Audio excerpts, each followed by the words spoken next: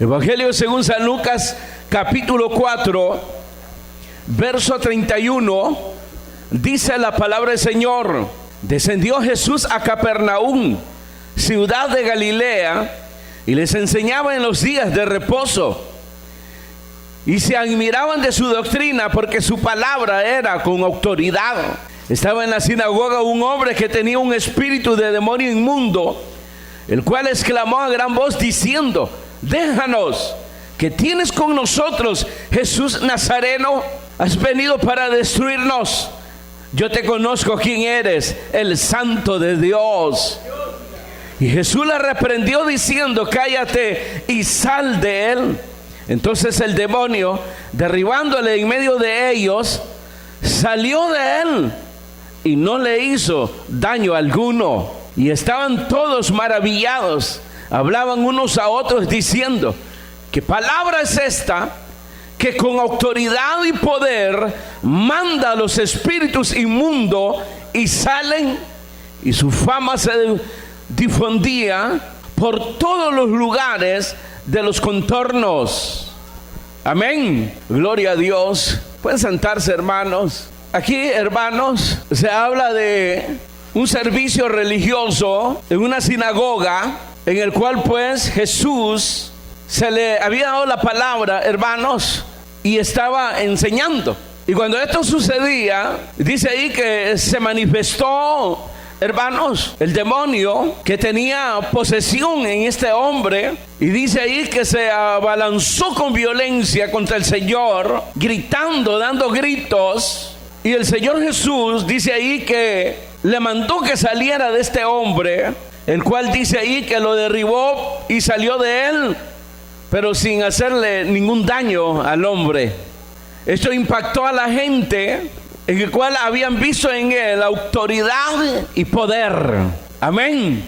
De tal manera que dice que mandaba a los espíritus inmundos y estos salían. Ese es el cuadro pues que ahí se nos presenta, hermanos, en este pasaje, sobre esta visita de Jesús en esta sinagoga. Él regresó allí, dice, a Capernaum. Este lugar estaba en Galilea, el cual era conocido como Galilea de los gentiles. Por eso usted va a ver en un tema anterior que lo habíamos hablado, del menosprecio que se hizo a Jesús, a causa pues que en este lugar, territorio que había sido pisoteado, invadido por los gentiles, él había hecho señales, había hecho milagros y todo. Y por eso le reclamaron que lo que se escuchó que él hacía ahí, ¿por qué no lo hacía con ellos, con los suyos? Pero él les habló, hermanos, que él estaba dispuesto a hacerlo, pero la incredulidad, la dureza de corazón de ellos no lo permitían. ¿En qué sentido no lo permitían? No de que la incredulidad es más poderoso que la fe, no, sino que Dios, hermanos, Jesucristo aquí, Él no vino, hermanos, a obligar. Él no viene, hermano, sí a obligar a la gente. No entra en una persona, hermanos, como los demonios, que llegan y poseen, arrebatan la vida. Dios no es así. Jesús no es así. Él nos habla, Él nos conquista, Él tiene paciencia enviando a los suyos. Y allá está, hermano, que usted escucha el evangelio 1, 2, 3 veces. Usted se enoja, le cae mal en sus necesidades, pues usted dice, pues ayúdame, Señor. Y ahí está la paciencia, pero jamás viene, hermanos, con violencia sobre una persona, sino que lo que hace es conquistar nuestros corazones. Entonces aquí, hermanos, él regresa ahí a Galilea, como era conocido, Galilea de los gentiles. Y en la sinagoga pues se le dio, según la costumbre que se le daba pues a los rabinos, cuando visitaban una sinagoga, se les daba la oportunidad, aprovechaban los ministros de ahí, de darle oportunidad para disertar sobre la palabra de Dios. En cierta manera pues reconocían en Jesús, hermanos, como maestro, Y le dieron lugar ahí y él comenzó a enseñar la doctrina. Y en ese momento fue que se manifestó el demonio que estaba en esta persona. Amén.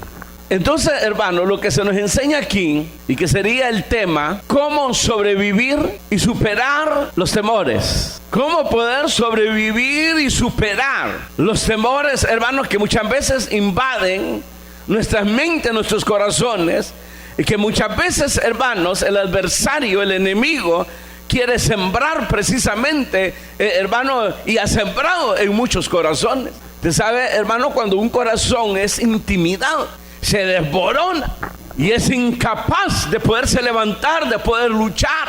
Sin embargo, aquí, hermano, Jesús muestra su poder, pero también mostró su autoridad, hermano, y esto impactó a la gente. La gente se atemorizó cuando el hombre, hermano, se levantó precisamente empujado por el demonio, y se levantó con violencia, dando gritos, y toda la gente se echó atrás. Tuvieron miedo, obviamente, porque fue de una forma violenta y se abalanzó sobre la persona de Jesús. Sin embargo, Jesús ahí, hermano, lo detuvo y le ordena al demonio que dejara libre a ese hombre. No fue una sugerencia, fue una orden en el cual el demonio sale y deja libre al hombre sin hacerle ningún daño. Esto trajo confianza, esto trajo fortaleza en la gente que estaba ahí. Es decir, se sintieron seguros con el Señor Jesucristo. Y es la seguridad que nosotros necesitamos. Por estar en esta carne, es natural, hermanos, que cuando viene una enfermedad grave nos intimide y nos llene de temor. Una mala noticia, una amenaza, una murmuración. Pero debemos de confiar en Jesús. Eso es fe. Reposar en Él, que nuestro corazón esté anclado en Él, conociendo, hermanos, el poder que Él tiene sobre el mal, reconociendo en Jesús el poder que tiene sobre el mal. No sé si es con los ángeles que hay que predicarle, tal vez dicen amén los árboles. Nuestra confianza debe estar, hermanos, en Jesús, que tiene poder sobre el mal y tiene autoridad, aleluya, sobre el mal. Eso no quita pues los síntomas en la carne, que inmediatamente sintamos, hermanos, zozobra. Esos hombres, hermanos, los discípulos muchas veces eran sometidos, hermanos, en incertidumbre. Pablo dice una vez que tuvo el temor de que iba a ser muerto en ese instante, pero que Dios lo había librado. Es decir, es natural que la carne sienta todo eso. ¿Acaso a veces no se nos viene la sensación fuerte? La sensación fuerte en medio de nuestro sufrimiento, en medio de una amenaza, en medio de una intimidación. ¿Acaso no viene la sensación fuerte como que Dios no está con nosotros, como que Dios nos ha abandonado, como que Dios no está ahí y sentimos una soledad? ¿Lo han sentido? ¿Lo han sentido? Incrédulos. No. La incredulidad viene si nosotros, hermanos, si nosotros dejamos de confiar. Señor, estoy en esta situación. Y llore porque duele. Siempre he dicho, hermano, porque hay gente que la quiere llevar de super espiritual. Mayormente los ministros se la quieren llevar de super espiritual, y que el que llora es porque no confía, que el que siente miedo que no confía, y tantos argumentos que ahora se levantan. Jesús mismo en el Getsemaní tuvo miedo y se lo dijo al discipulado: estoy profundamente triste, y se sentía débil. Entonces él decía: orad, oren ustedes, y él se alejó un poco más y se derramó delante de Dios. Su sudor eran, dice, como gotas de sangre, es decir, un sudor, hermano, que lo había empapado todo por el miedo, por lo que venía. La turba venía a apresarlo y sabía que no lo iban a tomar así nomás, como caballero ahí. Usted es don el Señor Jesús. Sí, claro que sí, pase por aquí, don Jesús, por favor no me lo atropellen, por favor, miren que no hayan piedras que se tropiecen. No, lo agarraron a golpe y a patada, se lo llevaron preso. Y él ahí orando y decía, si es posible, pasa de mí esta copa. El escritor a los Hebreos dice, hermano, y nos amplía lo que había en Jesús, diciendo que oró fervientemente, agonizando. Oró a aquel que tenía el poder para liberarlo. Si es posible, pasa de mí esta copa, pero que no se haga mi voluntad, sino la tuya, Señor. Ahí está la diferencia. Ahí está que nuestro corazón debe estar anclado. Si quiere llore, si quiere derrames delante del Señor. Hágale ver a Él que usted tiene miedo, que tiene temor, que le duele. Ayúdame, por favor, auxíliame, Señor. Y entonces vendrá la fortaleza, como Dios hizo al final, que le envió ángeles a fortalecerlo, a llenarlo de vigor, fortaleza. Y ahí fue donde él se levanta de una manera serena y le dice al discipulado que no habían podido orar, les dijo: descansen ya, reposen ya, porque ha llegado la hora. Y ahí aparecieron las turbas, hermano. Y apareció, hermano, que eso le causó dolor al Señor Jesús, hermano, que uno de ellos los traicionara. Pagó el bien con mal. Y le había dicho a la turba: al que yo besare, ese es, porque estaba oscuro el lugar ahí. Y esa fue la señal que dio, y se aproximó y le besó la mejilla. Y esa fue la señal, y ahí nomás le cayeron encima. Por eso pongo la primera palabra: sobrevivir. Sobrevivir. Porque el enemigo intimida, infunde temor en nuestros corazones, y nos sentimos como desarmados, despojados completamente. Pero no importa la sensación que tenga nuestro cuerpo, lo importante es creerle a Dios y confiar que Él tiene el control de todas las cosas. Una cosa es que a usted se le vayan de las manos las cosas, y otra cosa que sucede en Dios. A Dios ninguna cosa, ningún detalle se le ha ido de las manos. Él tiene control y ha tenido control de toda la historia.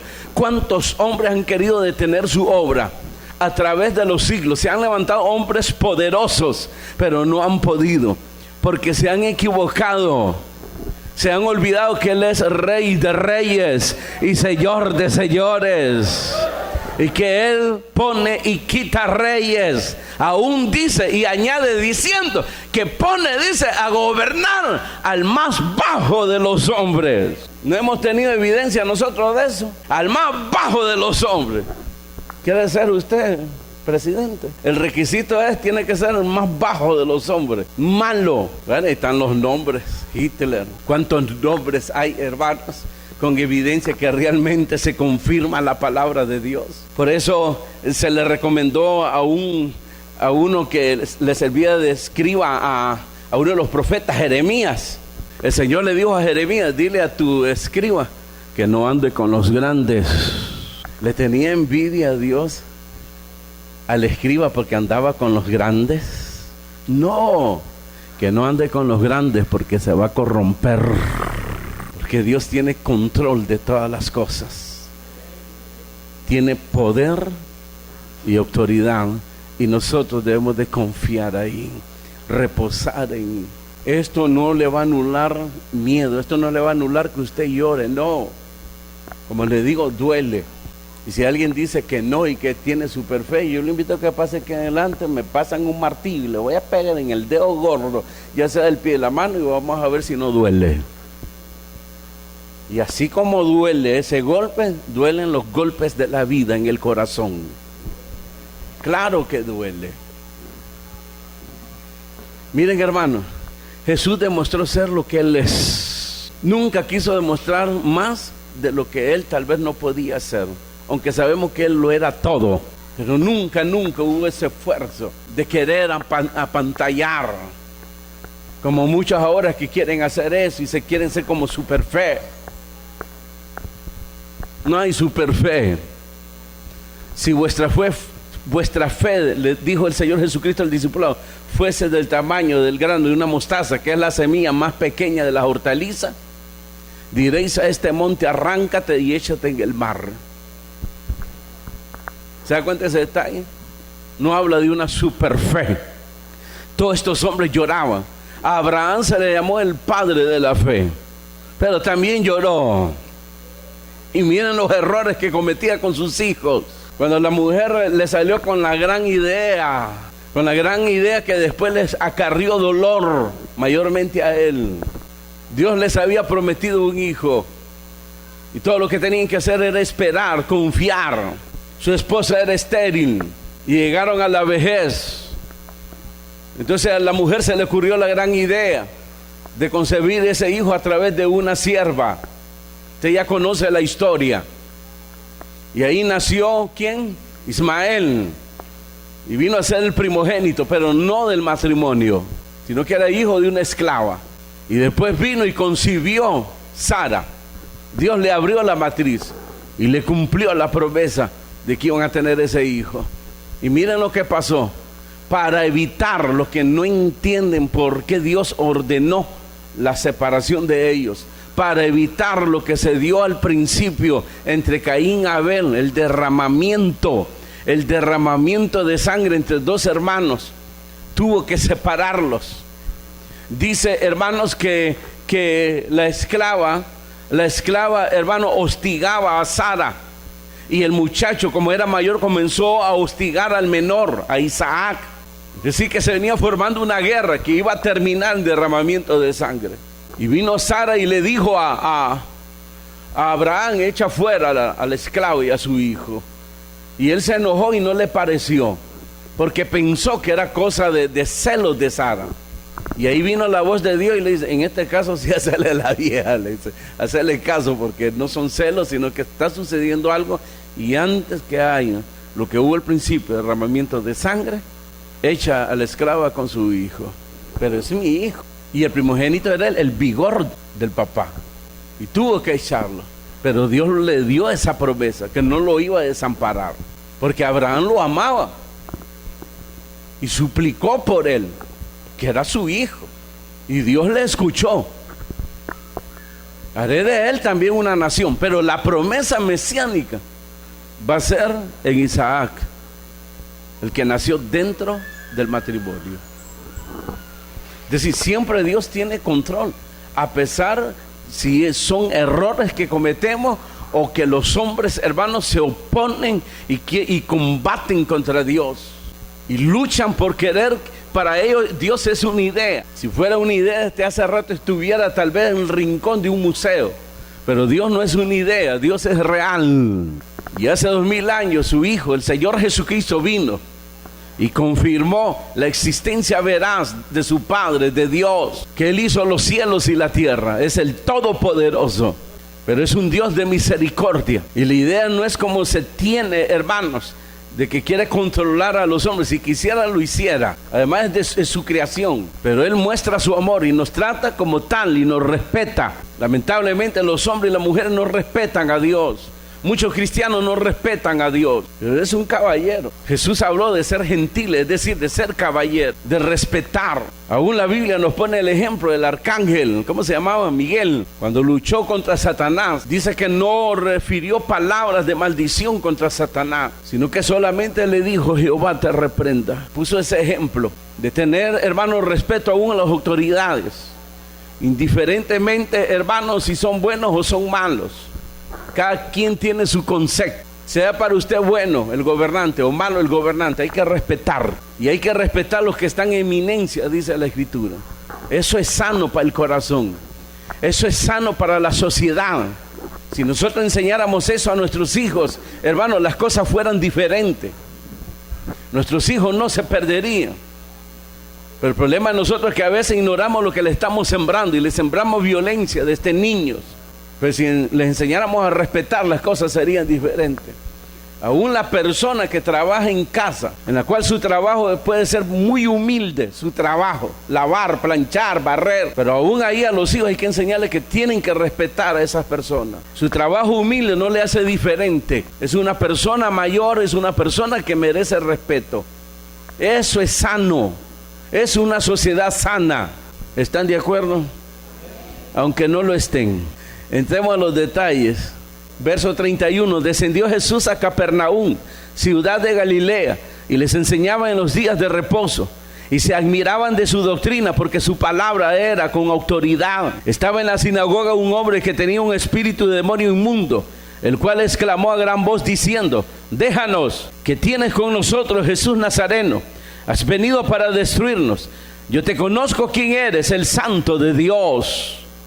Amén. Imagínense, el Señor estaba allí. Hay muchos que se escandalizan, hermanos, cuando escuchan de escándalos dentro de la iglesia. Que hay hipócritas, que hay gente, hermanos, de doble cara. Eso no le debe escandalizar. Miren aquí, el hombre ahí estaba sentado tranquilo. Y cuando apareció Jesús y se le dio la oportunidad y vio que la gente, hermanos, comenzó a ser impactada por la palabra, entonces el demonio se manifestó y levantó al hombre con violencia. Y como le digo, se abalanzó contra Jesús, gritándole, queriendo intimidar, llenar de temor. La gente obviamente tuvo miedo. No sé cuántos se salieron corriendo al ver la violencia de esa persona. Y más contra una autoridad. Y si se atrevió a hacerlo con una autoridad, ¿cómo no va a hacer los demás? Usted sabe, usando la lógica. Pero cuando vieron a Jesús tranquilo y lo dejó que se acercara más con violencia, y ahí lo detuvo, y ahí lo reprendió al demonio y le ordenó que saliera de ese hombre, el cual dice que salió, lo derribó todavía y hizo sus últimos, como dicen, tiró sus últimos cartuchos, levantando polvorada, porque eso es lo que hace Satanás, el adversario, los enemigos, queriendo intimidar. Porque una vez, hermanos, logrado las cosas, lo demás es fácil. Pero se equivocó con Jesús. Y se equivocó con los discípulos. Y se equivoca, hermanos, con la iglesia también. Es que se equivocan al ver la apariencia. Los enemigos se dieron los dientes con Jesús porque miraban la apariencia de Él. Miraban su condición humilde, sus ropas, sus sandalias, sus pies polvosos por la tierra. Venía, hermanos, de un padre cuyo oficio era carpintero. Y por ahí le decían: ¿acaso usted no es hijo de José? Eran pobres, condición humilde. Entonces se equivocaban con la apariencia. Y ahí se abalanzó, pero dejó que se acercara un poco y le ordenó. Pero esto nos hace ver, hermanos, que a nosotros no deben escandalizar de gente mala. Hay gente que tiene hasta el Espíritu Santo, entre comillas, y profetizan, y son malos. ¿Conoce usted alguno? ¿Conoce alguno, sí o no? Amén, dice. ¿Y por qué critica usted? Pero todo eso pasa. Entonces la gente se escandaliza. No, ay, son hipócritas. ¿Usted cree que Jesús no sabían que todos estos ya se habían corrompido y que andaban volando lejos? Pero Él dice, según su costumbre, Él llegaba a las sinagogas. Él no llegaba ni por el ministro ni por la gente que llegaba ahí. Él llegaba por su Padre. Como ustedes que vienen aquí a la iglesia con la sed y hambre de Dios, ¿verdad que sí? Ajá. Les voy a creer. Deberían de venir. Lo que ustedes deben de empujar sea venir a adorar, a alabar a Dios, a servirle, a escuchar su palabra, y no por fulano, por sultano y mengano. Por eso vienen los tropiezos, por eso, porque tropiezan ahí, ellos mismos ponen el obstáculo, ellos mismos van poniendo los obstáculos y de repente se tropiezan, difíciles de levantar muchas veces. Pero el que viene a adorar a Jesús, las cosas son diferentes. Y se mira las cosas de diferente manera. Igual que Pablo. A Pablo, hermano, una familia. No llegó con el chisme. Llegó a informar, hermanos, que había división en la iglesia de los Corintios. Una iglesia, hermanos, que había tenido grandes éxitos, la más grande que había entre las demás iglesias. Estaban los 9 dones del Espíritu Santo ahí. Habían ancianos, estaban los 5 ministerios ahí habían profetas, si usted lee la Biblia, ahí habían maestros, ahí habían ¿qué? Evangelistas, los 5 ministerios para la edificación de la iglesia, administrando de una forma colegiala. Cuidado con esas administraciones donde ya alguien quiere ser el rey ahí, tal vez de los opilotes. Tenga cuidado. A veces, hermanos, se pretende, y la gente por no leer las escrituras, porque si leyeran la escritura, entonces rechazarían todas esas, hermanos, inventos que han sacado ahora, sacando de contexto doctrinas, cuando la Biblia dice que el Señor constituyó los ministerios, 5 ministerios: apóstol, ¿qué más? Maestro, profeta, pastor. ¿Quién es el otro? ¿Ah? Evangelista, gracias. 5 ministerios. El apóstol es aquel que es enviado a abrir obras. A Pablo se le llamó el apóstol de los gentiles porque fue enviado. Sí, no llegaba, y cuando dejaba las iglesias, hermanos, a hacerle una adoración y ponerle un trono al apóstol. Y todas esas películas debemos de tener cuidado. Muchas veces cuando se quiere presentar a un Pedro como rey, como que todo el mundo, hermano, lo anhelaba. Tenga cuidado. Es un trabajo colegial. Aquí el rey es Jesús. El grande es Jesús.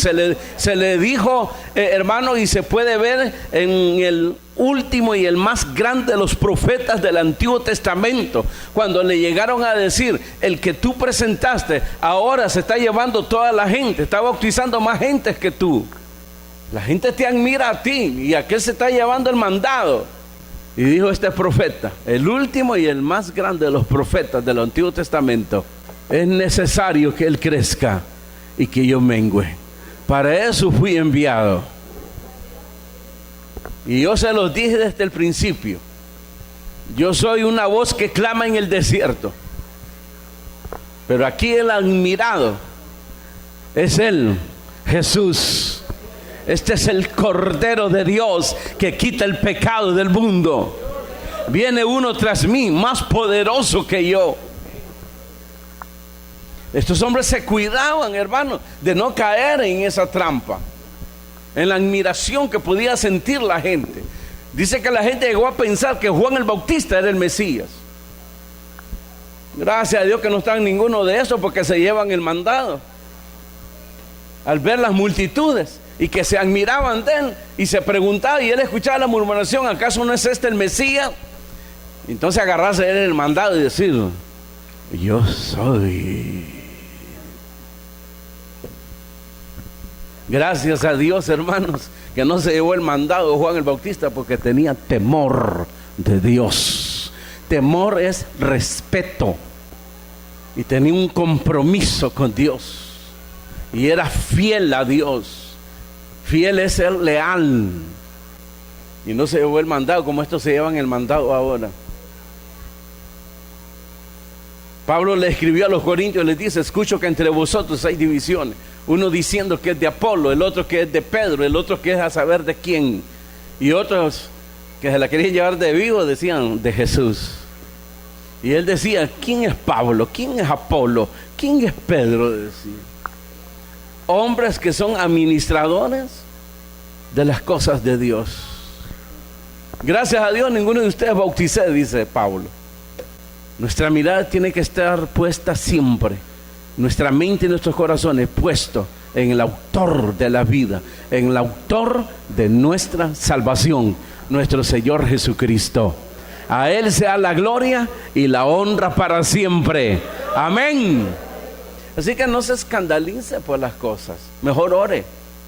Ore. Ore. Si algo usted mira mal, mejor ore. Mejor ore. Padre, yo vi esto y no me gustó. Y creo que esto no tiene que ser así. Padre, por favor, limpia. Señor, bendice a tu iglesia. Guarda a tu iglesia. Y guarda a ese que nos grita siempre. Guárdalo, Señor. Sí. Mejor ore. Para que sean guardados sus corazones. La salud espiritual es bien importante. Y por último, verso 36, y estaban todos maravillados y hablaban unos a otros diciendo: ¿qué palabra es esta? Que con autoridad y poder manda a los espíritus inmundos y salen, y su fama se difundía por todos los lugares de los contornos. Autoridad y poder. Nada sucederá, hermanos, si Dios no lo permite. Nada. A veces nos equivocamos cuando Dios permite las cosas.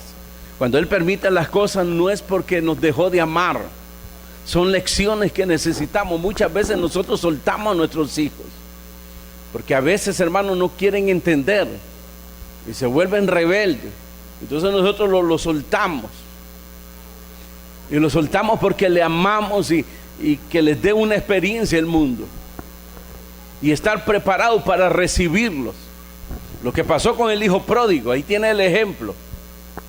Era el menor y se creyó hombrecito y se creyó la maravilla de Tarzán, se creyó la hija de Chita y la divina Garza, y dice: a ver qué más. Y le dijo: tata, yo ya crecí, soy hombre y quiero mi parte de la herencia. Ya la quiero yo administrar. Aquí está tu parte. Y para que no me estén molestando, ni tú me estés dando ahí, ¿cómo dicen? Consejos, sermones, me voy a ir lejos. Adiós, hijito, cuídate, hijito. Y se fue lejos. ¿Y qué clase de administración de ese muchacho? Igualito a ustedes. ¿Qué va a hacer, hermano? En un ratito se le acabó todo. Con ellos ganó amigos, hacía fiestas, compraba mujeres, vino, placeres, y de repente ya no tenía nada. No encontraba trabajo porque no sabía trabajar. Hasta que alguien tuvo piedad de él y le dijo: mira, aquí lo único que te puedo dar chance es de que vayas a cuidar cerdos. Y acuérdense, Jesús hablaba de un judío, y para un judío es abominación tener esos animales. Lo que Jesús está reflejando ahí, hasta dónde cae el hombre en su maldad, en su pecado, en lo más sucio, lo más degradante. Porque no solamente cuidó a los cerdos, llegó a desear lo que comían los cerdos porque había hambre en esa tierra. Pero Dios es amor. Su misericordia es grande. Obviamente el Espíritu Santo comenzó a trabajar en ese muchacho, porque este muchacho comenzó, dice, a recordar lo que había en su casa. En la casa de mi padre, dice, hay muchas moradas. Aún los siervos ahí tienen comida, tienen techo, vestido. Y yo aquí deseando la comida de los cerdos. Y así pasaba recordando. De repente dice: esto haré. Iré a mi padre y le diré: Padre, he pecado contra el cielo y contra ti, y no soy digno de ser tomado como tu hijo. Ponme como uno de tus jornaleros. Así como los que se rebelen cuando regresan quieren que se les dé hasta el ministerio. Así era este. No. Este le dijo: Padre, no soy digno de ser tomado de tu hijo. Y llegó delante del Padre. Y el Padre, cuando lo vio, tuvo misericordia de él. Y él fue el que salió a encontrarlo y lo abrazó.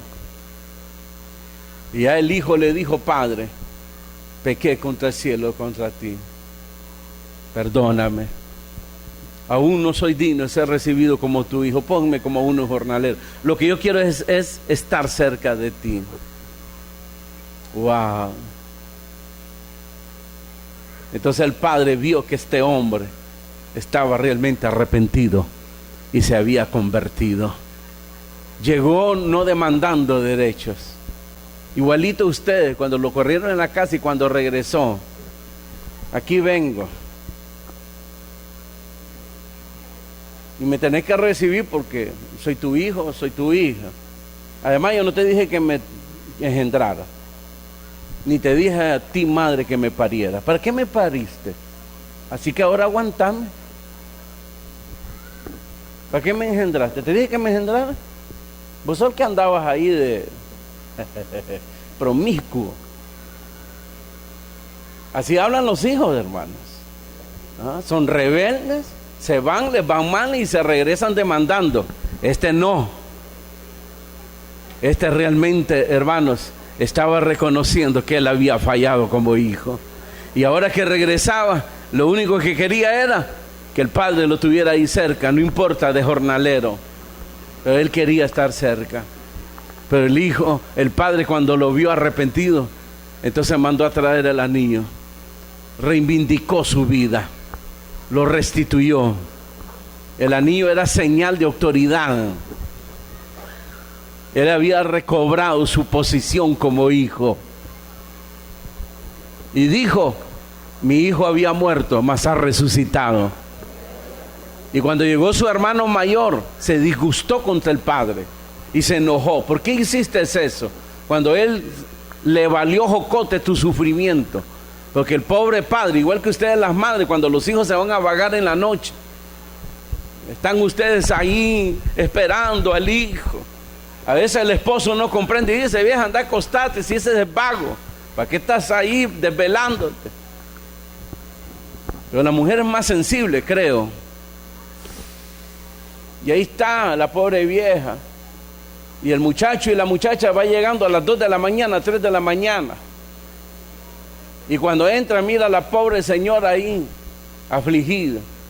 Y son tan degenerados y tan degeneradas que todavía le reclama: despierta, ¿me estás esperando? No te hagas ridícula, vieja, si yo me sé cuidar.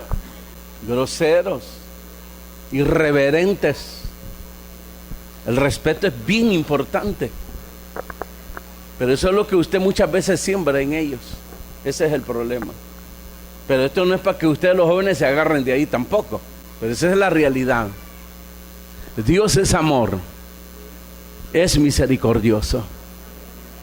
Y aunque tengamos la sensación que Él nos ha dejado solos y nos sintamos solos y el enemigo está a punto de devorarnos y está a punto. Por ahí hay un verso que dice: hermanos, ya no tiene esperanza. Muchos dicen: ya no tiene esperanza. Pero nosotros hemos de confiar que en el Señor tiene control primero. Y además de tener control de todo, tiene poder y tiene autoridad sobre el mal. Lo que le está sucediendo puede ser que Dios le está dando una lección la cual va a venir a fortalecer, a mejorar su vida espiritual. Pero usted no lo permite. Ese es el problema. Está renegando, está murmurando, ya no cree. Es decir, limonero con garrote. Ese es el limonero con garrote. No se puede así, queridos hermanos. No se puede. Hay que regresar con arrepentimiento genuino, reconociendo que se cometió una falta. Y Dios, que es grande en misericordia, Él perdona. Tomaré tu rebelión y tus pecados y lo echaré en lo más profundo de la mar y jamás me acordaré de ellos. Así es Él. Nosotros perdonamos, pero ahí le estamos recordando al fulano. Dios no es así. No confunda lo que usted es con lo que Dios es. Amén. Y amén. Cierre sus ojos. Tal vez usted dijo, esta es la última vez que vengo, porque ya no soporto lo que estoy pasando. Pero Él dice, tengan fe, tengan confianza. Yo tengo el control de todo, de la historia aún, de lo que sucedió ayer, de lo que sucede hoy, lo que sucederá mañana. Tengan fe, porque a través de su palabra nos ha revelado también que tiene poder sobre el mal y tiene autoridad también. Jesús se lo dijo a Pilato, ninguna autoridad tuviera si no te fuese dado de arriba. Porque Pilato le dijo, ¿acaso no crees que yo puedo hoy enviarte a la muerte o salvarte? Y Jesús le dijo, ninguna autoridad tuvieras sobre mí si no te fuese dado de arriba. Él tiene control de todas las cosas. Y a veces Él permite cosas que nos sucedan. Y no es porque Él le agrade vernos llorar, sufrir. Todo lo contrario. Él se duele. Igual que el padre que se duele el sufrimiento de su hijo. Pero a veces lo suelta porque es muy rebelde. Pero nosotros como padres no queremos que nuestros hijos pasen vergüenza ni sufran. Y nos duele